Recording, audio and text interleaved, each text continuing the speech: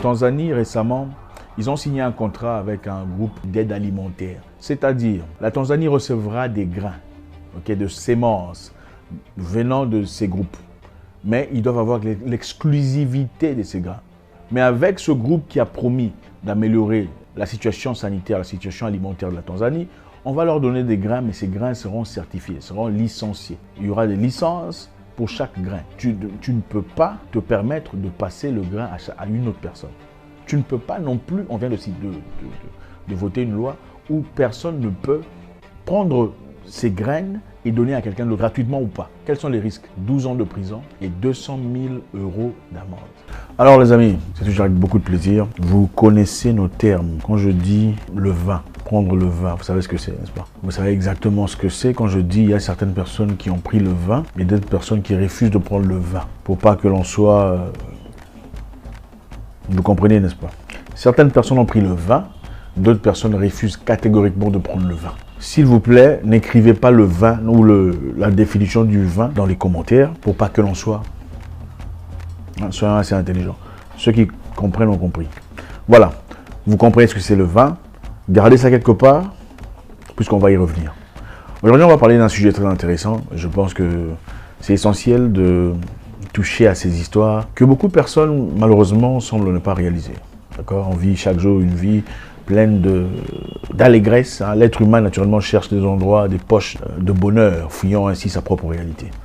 D'accord, nous savons tous ce que c'est la nourriture génétiquement modifiée, n'est-ce pas? Beaucoup en ont entendu parler, mais on va essayer de voir un peu quels sont les prétendus avantages et désavantages. Et puis ensuite, on va rentrer dans notre histoire de vin, ok? Restez attentifs. Alors, premièrement, pourquoi on sollicite de la nourriture génétiquement modifiée ou des récoltes génétiquement modifiées? D'après eux, la première raison, c'est que c'est intéressant à manger, d'accord? Intéressant à manger. On modifie génétiquement de la nourriture ou des fruits ou des légumes pour que ça soit intéressant, attirant, pétillant, pour que ça donne envie de manger.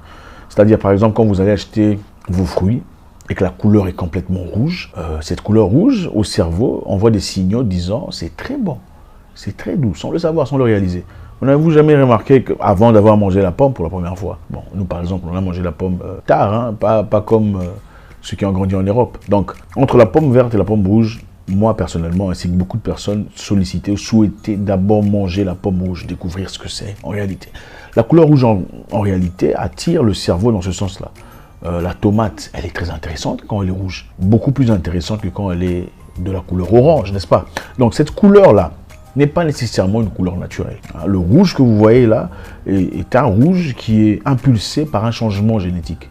Donc, dans leur laboratoire, on enlève quelques séquences, on rajoute des séquences étrangères ou étrangères pour essayer de changer la couleur ou d'adapter la couleur à la consommation du consommateur. D'accord? Quelquefois, je ne sais pas si vous avez déjà réalisé ou remarqué comment est-ce que la viande au marché ou au supermarché a l'air beaucoup plus attirante, beaucoup plus rouge que la viande que vous avez à la maison du boucher. Ce n'est pas nécessairement naturel.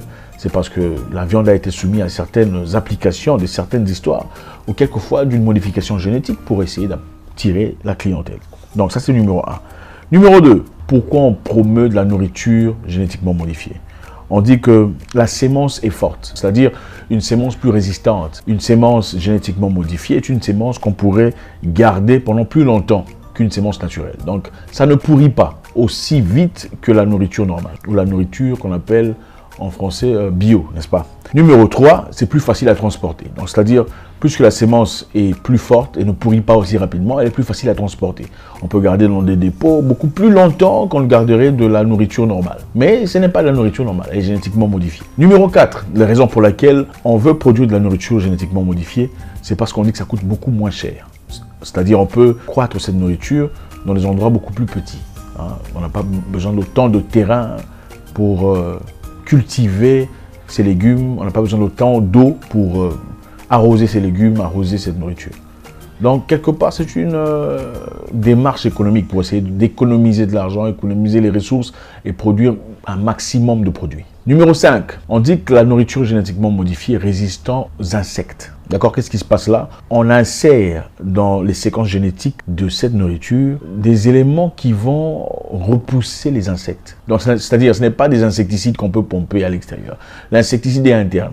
Vous comprenez un peu? Donc la tomate génétiquement modifiée a son insecticide naturel comparé à la tomate naturelle. Mais est-ce que ça veut dire que la tomate génétiquement modifiée est beaucoup plus intéressante, beaucoup plus saine que la tomate normale? Absolument pas.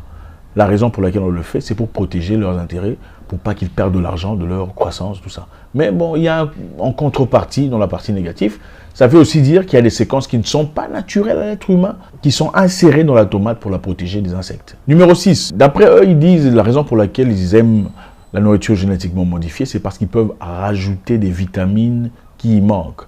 D'après eux, par exemple, dans les carottes, on pourrait rajouter de la vitamine A pour promouvoir beaucoup plus de clarté, beaucoup plus de santé visuelle. C'est ce qu'ils disent. Bon, si on peut insérer évidemment des vitamines, qu'est-ce qu'on peut encore insérer? Si on peut insérer des histoires qui peuvent aller vers le positif, d'après eux, qu'est-ce qu'on peut insérer pour promouvoir quoi? Point d'interrogation. Numéro 7, pour n'énumérer que 7 points. D'après eux, on peut insérer dans la nourriture du vin, d'accord? Ça a déjà été fait dans le passé. D'ailleurs, vous le savez, essayez de revoir l'image de l'enfant africain qui ouvre la bouche et on jette quelque chose à l'intérieur. On jette une liquide à l'intérieur. Vous comprenez de quoi il s'agit, n'est-ce pas? Un petit africain, un petit enfant, on l'ouvre la bouche, quelquefois il est en train de pleurer, on balance un truc liquide, n'est-ce pas? Donc, ça a déjà été fait dans le passé, dans beaucoup de mesures, dans beaucoup de malas. Je ne dirai pas, vous avez compris. Donc, on peut facilement insérer des traites dans la nourriture. Voilà, c'est dans ce cadre-là. Donc, là, ce n'est que pour citer les 7 points dans lesquels, ou les raisons pour lesquelles on promeut de la nourriture génétiquement modifiée par rapport à la nourriture naturelle, telle que codifiée par le Créateur. Alors, les éléments négatifs sont énormes, il y en a beaucoup. Okay, pour ne citer que un, je vais essayer de lire rapidement ici pour ne pas perdre le temps. Il y a des réactions allergiques. Il y a des gens qui, quand ils mangent de la nourriture génétiquement modifiée, ont des réactions à la peau qui brûle, la peau qui gratte, des réactions internes, des choses incroyables. Cela développe plus de résistance à la pesticide, c'est-à-dire quand vous mangez ces aliments et que vous tombez malade, votre système devient pas tout à fait normal ou pas exactement comme tout le monde. Donc il y a des maladies qui deviennent résistantes suite à ce que vous avez consommé. Et ça, ce sont des données qu'on ne donne pas nécessairement, des données qui sont là mais on n'en parle pas. 4. La nourriture que vous mangez, le lait, la viande, le miel, on trouve beaucoup d'identités génétiques exogènes, étrangères, qui ne sont pas nécessairement naturelles, qui sont dans la nourriture. Vous mangez la nourriture, elle semble être bonne. Quand la nourriture est trop bonne visuellement, il faut s'inquiéter. Ça, je vous le dis. Vous allez au supermarché, c'est trop bon visuellement, il faut beaucoup s'inquiéter. Alors, pourquoi on en parle aujourd'hui? On en parle parce que nous sommes en train de vivre un moment de la vie très intéressant. Un moment où il y a beaucoup de résistance. Il y a ceux qui veulent le vin et ceux qui n'en veulent pas. On est en train de chercher un moyen d'adapter le vin de sorte que la résistance soit minime. C'est-à-dire quand vous appelez un enfant pour lui donner le vin, peu importe contre l'histoire là qui rend les jambes comme ça, c'est plus facile d'administrer le vin à travers des gouttelettes que de le faire à travers des... Vous voyez ce que ça donne? Parce que les enfants, quand on leur montre l'histoire là, ils réagissent, ils pleurent, n'est-ce pas? Non, je ne veux pas. En fait, il ne s'agit pas du vin, il s'agit de l'histoire là qui... Voilà, donc les gouttelettes sont plus faciles à consommer que les... Donc maintenant, on est en train de trouver un moyen, pour ceux qui ne savent pas, d'adapter cette histoire là de manière facile à consommer. Ok, pour tous, certainement, ceux qui sont consommateurs en premier sont probablement ceux qui seront en train de voyager, ceux qui sont gourmands dans les... Ça, ce n'est pas confirmé, hein. C'est simplement une façon de dire. Il faut se préparer. Il faut être intelligent. Il faut comprendre le monde dans lequel on vit. En Tanzanie, récemment, ils ont signé un contrat avec un groupe d'aide alimentaire. C'est-à-dire, la Tanzanie recevra des grains, okay, de semences venant de ces groupes. Mais ils doivent avoir l'exclusivité de ces grains. Dans la Tanzanie, ils ont une culture ainsi que dans beaucoup de pays d'Afrique d'ailleurs, une culture de partage. C'est-à-dire, quand tu as des grains, tu as des semences, tu partages avec le voisin, partages avec la cousine, partages avec le cousin pour aller planter dans sa plantation. Et cela, facilement, chacun a son champ, chacun a sa sémence, sa croissance, chacun vit. Depuis des siècles, ça a été la culture. Mais avec ce groupe qui a promis d'améliorer la situation sanitaire, la situation alimentaire de la Tanzanie, on va leur donner des grains, mais ces grains seront certifiés, seront licenciés. Il y aura des licences pour chaque grain. Tu ne peux pas te permettre de passer le grain à une autre personne. Tu ne peux pas non plus, on vient de voter une loi où personne ne peut prendre ces graines et donner à quelqu'un d'autre gratuitement ou pas. Quels sont les risques? 12 ans de prison et 200 000 € d'amende pour avoir passé une graine à quelqu'un, à ton frère, à ton cousin, pour aller planter. Donc toutes les graines qui sont bio seront désormais illégales. Illégal, pourquoi sans le dire illégal? C'est-à-dire on t'empêche de donner à qui que ce soit. On t'empêche de donner à quelqu'un que tu aimes. Pourtant, c'est la culture. Si tu donnes, tu auras 12 ans de prison et 200 000 €, 204 000 € d'amende. Imaginez un peu ça. Donc, c'est-à-dire, on ouvre la porte à une entreprise étrangère, Singita et Monsanto, qui viennent dans le pays. Aujourd'hui, il y a une révolution alimentaire dans beaucoup de pays africains, si vous avez remarqué. Il y a tellement des éléments végétables, beaucoup des légumes. Hein, ça paraît frais, c'est beau, c'est jaune, c'est rouge, c'est vert. Mais ça vient d'où? Pour ceux qui ne savent pas, le monsieur là qui fait des ordinateurs, le monsieur propriétaire d'entreprise d'ordinateurs, vous connaissez, hein, pour ne pas dire son nom, est devenu le plus grand propriétaire de terrain, de ferme aux États-Unis aujourd'hui. Voyez un peu la transition de ce qu'il a fait dans le passé à devenir le plus grand propriétaire de terrain, de ferme aux États-Unis. C'est-à-dire c'est le plus grand fermier aujourd'hui. Pendant longtemps, il a fait ses travaux de philanthropie en voyant de la nourriture ici et là. Mais cette nourriture est quoi? Il est aussi le plus grand sponsor d'une entreprise de génétiquement modifiée. Vous voyez un peu la combinaison là. La photo commence à prendre forme, n'est-ce pas? Propriétaire de terrain, il a sponsorisé plusieurs entreprises de génétiquement modifiées. Et maintenant, il est devenu le plus grand fermier des États-Unis. Et c'est lui, à travers lui et évidemment, lui, à travers plusieurs organisations, qui viennent en Afrique dire vouloir promouvoir ces offres de nourriture et ce programme alimentaire international de croissance des graines et tout le reste.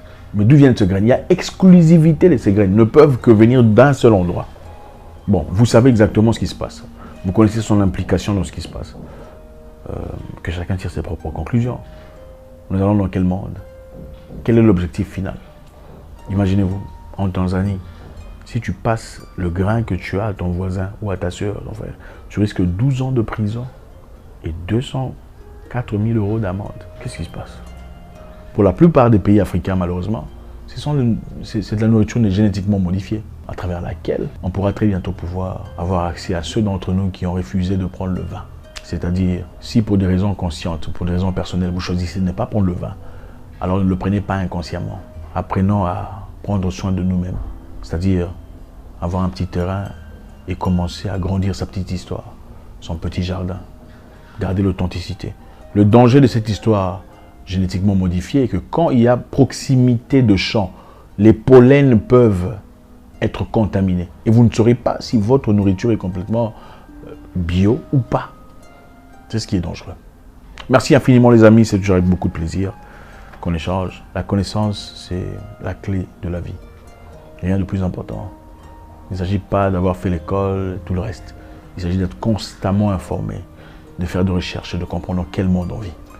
Je vous souhaite une excellente journée. J'espère vous parler encore très bientôt dans une nouvelle vidéo. Au revoir.